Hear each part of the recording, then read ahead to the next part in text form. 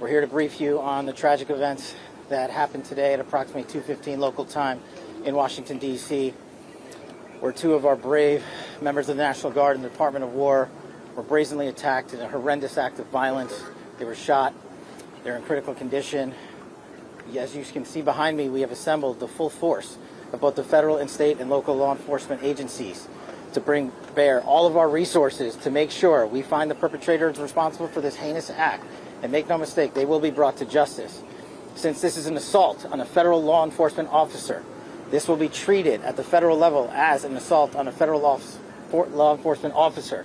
The FBI will lead out on that mission with our interagency partners, to include the Department of Homeland Security, Secret Service, ATF, DEA, and we're thankful for the mayor's assistance in this matter, the Metropolitan Police Department and their skills in investigating homicides and gun shootings in this city is exceptional. We will work together collaboratively because this is a matter of national security, because this is a matter of pride. President Trump has been informed. We've been in contact with the White House. We will shortchange the American public with no resources to make sure we find and safeguard our nation's capital right here in Washington, D.C., and bring anyone responsible for this heinous act of violence to justice. I would lastly like to add to the American public and the world, please send your prayers to those brave warriors who are in critical condition and their families. They are here serving our country. They are here protecting everyday Americans and citizens around the world in our nation's capital. They are the heroes of this day, and we must remember them on this day and every day, and their families and the sacrifice they have made. I will now turn it over to Chief Carroll of the Metropolitan Police Department. Thank you. I'm Muriel Bowser. I'm the mayor of Washington, D.C., and I, too, want to send my thoughts and prayers to the families of the guardsmen and to the guardsmen who are in critical condition in a local hospital.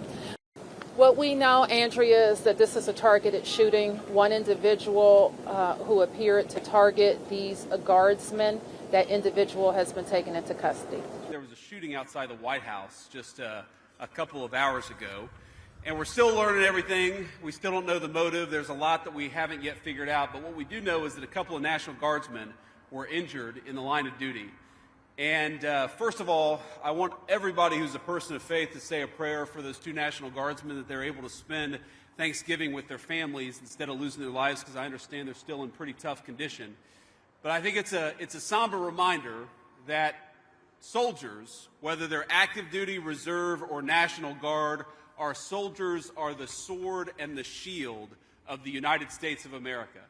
And as a person who goes into work every single day in that building and knows that there are a lot of people who wear the uniform of the United States Army, let me just say very personally, thank them for what they're doing. We're grateful to them, and we're praying that they're going to be safe and they're going to spend Thanksgiving with their families. God bless them.